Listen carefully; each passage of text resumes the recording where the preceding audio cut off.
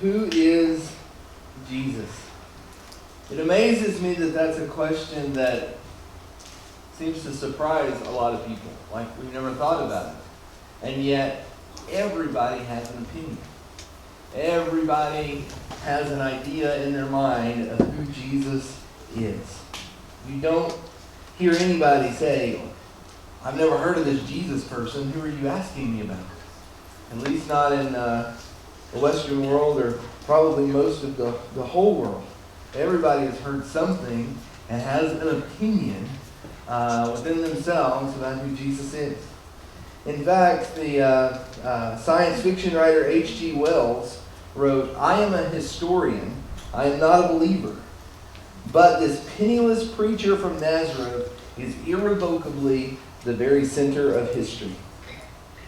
Nobody who pays attention to history or culture would deny the place that Jesus has within the timeline, within the effects that he has had over cultures and countries and history for 2,000 years.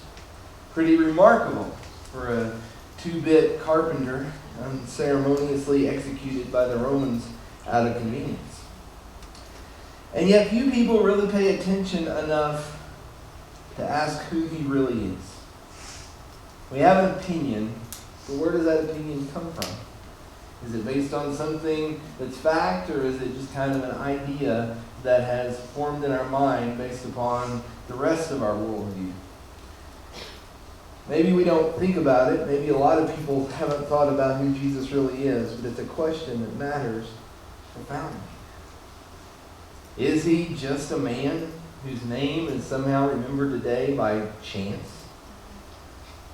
Is he a myth that was invented by people in power in order to manipulate and control the masses? Is he a spiritual leader who saw some love and hope in other people? Was he a prophet that was sent from God alongside Muhammad and Gandhi and others? These ideas are really pretty silly when you think about it. When you think about the life that he led, when you think about the people that he encountered, when you think about the effects that he has had on history, it seems kind of silly to put him into one of those categories. But I think most of these ideas develop because there's enough evidence of Jesus that's right in people's faces that they have to have an opinion. And yet, they haven't really thought about what it actually means for them.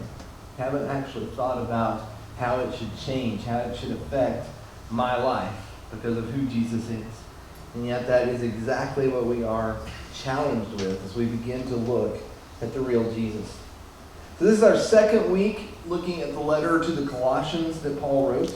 We're working our way pretty slowly, but kind of skipping ahead a little bit as we go through this. I'll just tell you the verses we're going to read today. Some of you have been paying attention. You'll be like, he skipped this and this, and we shouldn't do that. We're going to go back and pick up a couple of ideas. I kind of took things in my own order here and switched it around. But we're going to be looking at some of the most beautiful words penned in the New Testament today. In fact, some things that it was already a hymn or a poem that the early church had that Paul was quoting. Not really any definitive evidence. Maybe it's something that Paul penned here that was new to his readers, or maybe it's something they were already familiar with. But in this passage, Paul chooses the most extreme, most outlandish, most mind-blowing words he could possibly think of to describe who Jesus is. Makes it clear that Jesus is not just a man who has been remembered, that Jesus is God, that Jesus is the Creator, and that Jesus redeems us through his death on the cross. And that was a subversive message to say in Roman culture that they lived in. Because they all heard Caesar is God. Caesar is the one who saves us. Caesar is the one who brings us peace and prosperity. And here Paul is saying, no, it's Jesus. It's this man who lived and died. But we believe that he is more.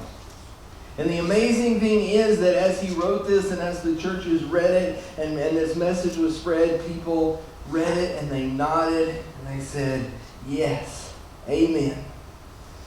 And there's something to that. I mean, Paul wrote this just 20, maybe 30 years after Jesus' death and resurrection on the cross. I mean, it's still right there in the same generation. There are still people alive who knew Jesus, who walked alongside of him, who witnessed the events in Jerusalem when he died on the cross, people who knew personally this story. And Paul writes these words, and nobody is jumping out and saying, no, that is not right. Nobody is stopping this. They're nodding, they're saying amen, they are saying Paul is right on with what he's preaching. In fact, those who were convinced beyond a shadow of a doubt that this was true, to the point that they even risk everything, lives, families, even their eternal state, to believe that this is true about Jesus. Paul, even in 1 Corinthians, talking about the resurrection of Jesus, he says, well, you can go talk to people who saw it. You can go talk to Peter. You can go talk to any of the 12. You can go talk to over 500 people that saw him. Eyewitnesses that are still alive when Paul writes. He actually wanted them to pay attention to the witnesses. Too soon, huh? Okay. What? He said, go find out. Hear for yourself exactly what happened, and you'll know the truth. And they came back, and they know that Paul is telling the truth about who Jesus is. So let's read these verses. We're going to read 15 through 20 this morning, because this is the whole section that is kind of considered to be a hymn. But we're not going to actually talk through all of this morning. So it says, the Son is the image of the invisible God, the firstborn over all creation.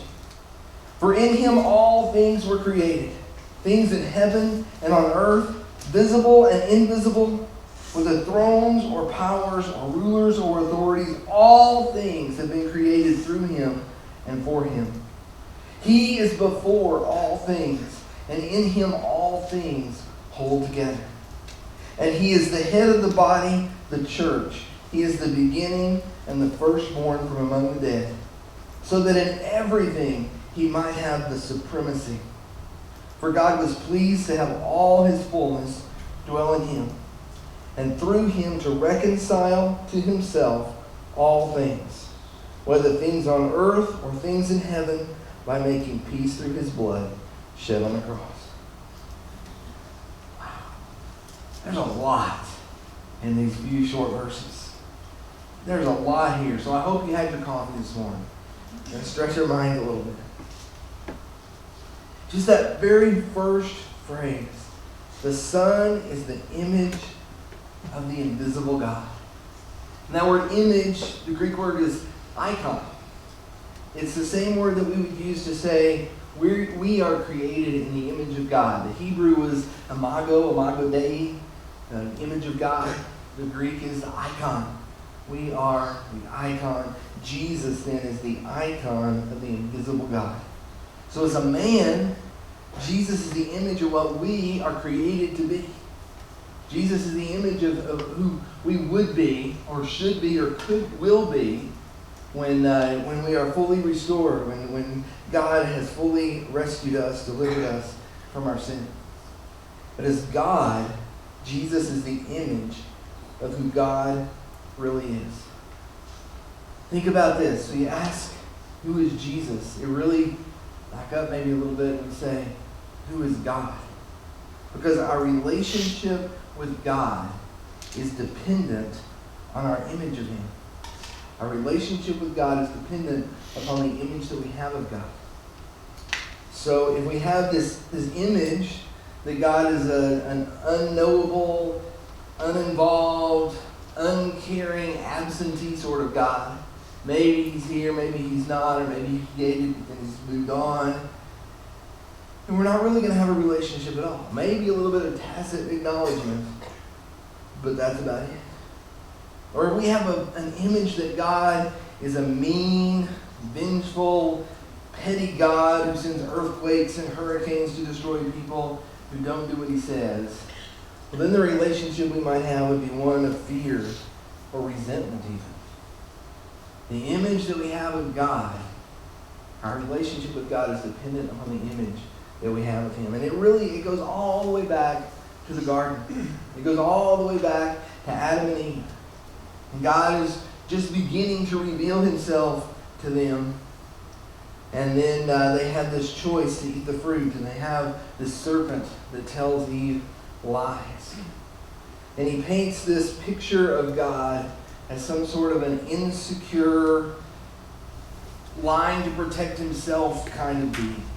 He says, he's told you would die, but that's not really true. That's not really who God is. He just doesn't want you to be like him. He's holding something back from you. The serpent creates doubt, and their image of God begins to be altered to the point then that they break away, that they rebel against their misconception of God. Not against the true God, but against their misconception. And it breaks the relationship. And all through history, Satan has used every lie about who God is that he could possibly come up with in order to keep us from knowing the truth. But here we read, Jesus is the image of the invisible God. Jesus makes the invisible God visible. If you want to know who God is, look at Jesus. Now, I love to go to the words in 1 John that tells us that God is love. But even then, how do we define love? It seems too easy for us to kind of humanize it, to kind of tame it, to try to say, well, if God is love, then he should do the things that I think love should look like. That he should do the things that I understand to be love. But really, love itself is defined by who God is. So how do we know then what love is? We look at who God is. And how do we know who God is? We look to Jesus. We look to Calvary. We look to God entering his own creation and sacrificing himself on the cross for our sake. How could we ever possibly look at a picture like that and say, well, Jesus was a good man who saw the good in other people? But yeah, but hurricanes, but floods, but Hitler. Yeah, but Buddha and Gandhi and the Dalai Lama. Well, yeah, but this preacher said this or that preacher said that. Yeah, but. Don't look at Jesus and other sources. Only look at Jesus. He uses a definitive pronoun here. He is not a image of God. He is the image of God. Look with me in Hebrews chapter 1. First 3 verses of Hebrews. It says, in the past, God spoke to our ancestors through the prophets, and many times in various ways. But in these last days, he has spoken to us by his Son, whom he appointed heir of all things, and through whom also he made the universe. The Son is the radiance of God's glory and the exact representation of his being, sustaining all things by his powerful work. And he has provided the purification for sins. He sat down at the right hand of the majesty in heaven. He's the exact representation of God. The image. Not just one of many images. The image. The exact representation. Precise. Perfect. You can't add to it. You can't take away from it. It's Jesus. Jesus is it. And that helps us. And we look at all these other ideas that are around us, and we hear different people say, well, this is who I think Jesus is, and this is what I think God is like. And it helps us to wade through that and say, well, I'm going to look at who Jesus is in the New Testament, and I'm going to find out through him what God is like. But it also helps us, gives us some clear guidance on something I think that we probably wrestle with. Probably all of us at one time or another. Maybe it's an ongoing thing. Wrestling with that picture of God in the Old Testament. And we read it and we think, it seems like God's really pretty angry, really pretty vengeful. God says things like you should wipe out all of your enemies and kill even all the women and the children. And we struggle with what to do with that. How do we fit that in? And say that that's who he really is. Maybe that really is, that God really is this angry, vengeful God, and somehow Jesus calms him down. Or maybe we think, well, maybe God got saved between Malachi and Matthew. But God is the same today and yesterday and tomorrow. He doesn't change. The God in the Old Testament and the God in the New Testament are the same God. So how do we reconcile that? And I think we have to understand that the difference has to be in our human perception of how God has been able to reveal himself to us in particular times, in particular places and settings and cultures and so forth. I was kind of thinking, a few years ago, we got to bed, we were asleep, and my oldest daughter, her room was on the opposite end of the house from ours, and she came in and she woke us up, and she said, I think there's a bear outside. Which wasn't outside the realm of possibility. We did sometimes get a bear. But she's like, I hear this noise at the fence. I think maybe there's a bear outside. So I, get up and I go outside, kind of peer around that corner and not sure what I'm going to find. What I find is a man. There's a man standing there and he is ripping the fence apart. He's tearing our gate up. And the gate's not locked. He could have walked through the gate into our backyard, but he's just tearing pieces off of it. So, of course, I confront him. And he's obviously on something. He's not, not exactly in his right mind. But I confront him, and I'm pretty forceful about that this guy should not be in my yard at night tearing at my fence and scaring my daughter. And just kind of eventually kind of back him up until he finally walks away. But I got to thinking, if that was all of me that you saw, or if you only saw me from the perspective of that man, you might think of me as somebody totally different. You might think of me as somebody who is angry, overprotective, unpredictable, because you don't see the whole thing. And I wonder if maybe that's a little bit of how we understand God as we read about him in the Old Testament. Regardless of how we reconcile that, what the Bible is telling us here is that if in trying to straighten out these differences, trust the one you see in Jesus. If you see a difference, if you somehow feel like there's a different perspective, trust what you see in Jesus. Jesus trumps every other image that we can come up with for God, because he's the exact representation, because he makes the invisible God visible. And that's the God that we worship. Okay, that's the first line. Kind of looking at the rest of this passage, kind of truncated a little bit better. The main idea of what I think Paul is really trying to present to us, telling us that Jesus is the image of God, is that Jesus has supremacy over all things. Jason Bourne has nothing on Jesus. Jesus' supremacy. Jesus is supreme. We know. Taco supreme means that it has tomatoes and sour cream, right? Jesus supreme means he is preeminent. That he is over all. That he is in all. That he is it. And go back through that passage. Look at how many times Paul uses the word all. He's in all things. All things are created in him. Over and over and over. All things are reconciled in him. He is first. He makes these amazing, huge claims. It's not that Jesus is Lord over some. It's not that Jesus did a little bit over here to help a few people. It's not that he created something. It's that he's all. All of it is in Jesus. All of it he is before it. So he is supreme. He has supremacy. First of all, he has supremacy in creation. And it says he's the firstborn, but that's not to say that Jesus was created himself. The word can mean chronological order of being born, but it can also mean status.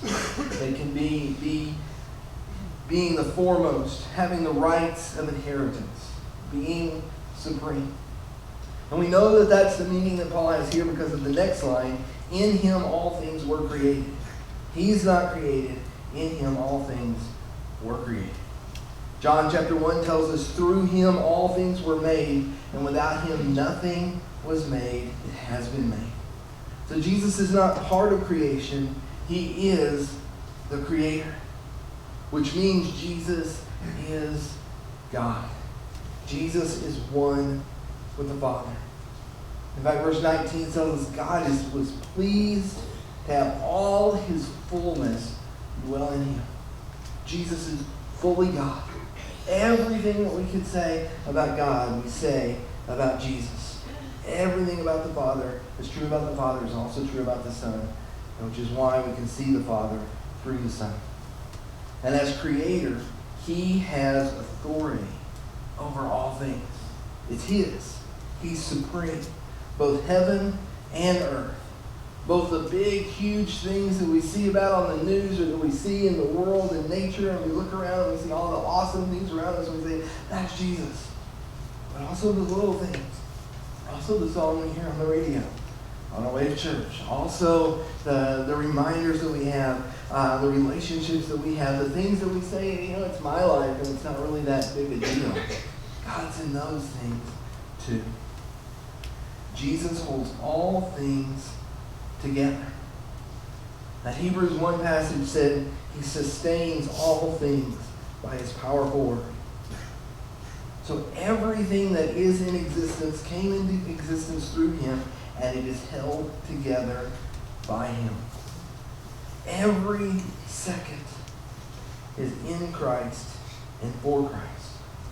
And without him, it would all just fly apart, fade, cease. It would be no more.